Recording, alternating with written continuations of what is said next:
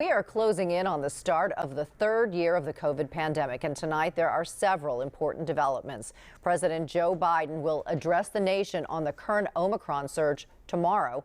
Philadelphia is averaging a test positivity rate of over 38% over the past 2 weeks.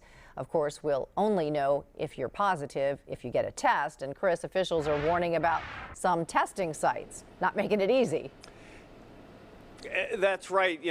Big deal these days where to find a test, but city health officials are warning people about where you get your COVID test. In particular, testing sites like these, the pop-up free COVID testing centers like this one. Health officials say you should be avoiding ones just like this one in Center City. Why is there no one responding to any questions? Tensions flaring at a COVID testing site in Center City tonight as people desperate for PCR testing turned away as the doors closed for the night. It's the kind of pop-up testing center the Philadelphia Health Department says you need to avoid. Our real worry comes when somebody just shows up on the sidewalk and pops up one of those $100 tents and says, hey, I'm giving out free COVID testing, and just give me your contact information. We're not sure that these things are legitimate. We're not sure if they're not legitimate.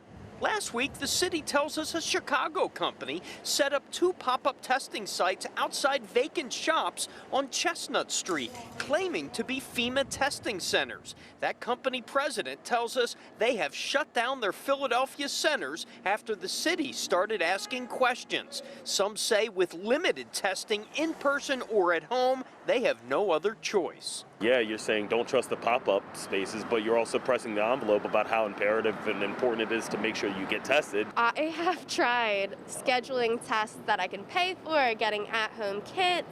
Nothing is available right now. The city reports over the past 2 weeks, 38% of all COVID tests are coming back positive, by far the highest of the pandemic. Officials say your body should be the first test. If you've got symptoms of COVID and can't get testing, assume that you're positive, assume that you've got it, and start to take those protective measures now. Now, the city has an online database of certified testing centers on their website. We'll put that up on our website, fox29.com. But if you see one of these pop-up COVID-free testing centers, the health department wants to hear from you. Give them a call. They said they'd like to hear about it. Dawn. All right, Chris O'Connell live for us in Center City. Thanks, Chris.